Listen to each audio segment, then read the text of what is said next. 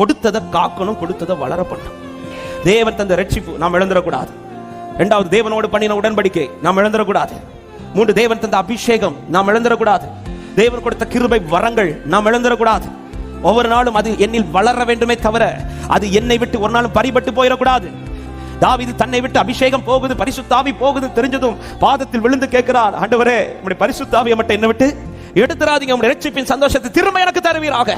அப்படி நான் இழந்து நிற்பேனே, ஆனால் என் ஆண்டவருக்கு அது விருப்பம் கிடையாது.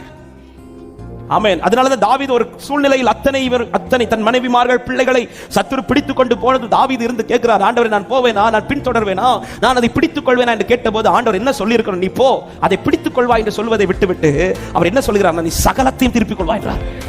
அதாவது தேவன் தந்ததுல ஒண்ணு கூட உன் கையை விட்டு மிஸ் ஆயிடக்கூடாது. ஆமென்.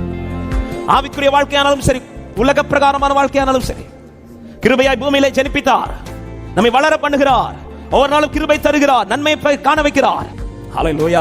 எனவேதான் கர்த்தர் கொடுத்த நன்மைகளுக்காய் ஸ்தோத்திரம் பண்ணுங்கள் முதலாவது. இரண்டாவது, அந்த நன்மையை கர்த்தர் பாதுகாத்து நடத்தும்படி அதிகமாய் ஜெபியுங்கள்.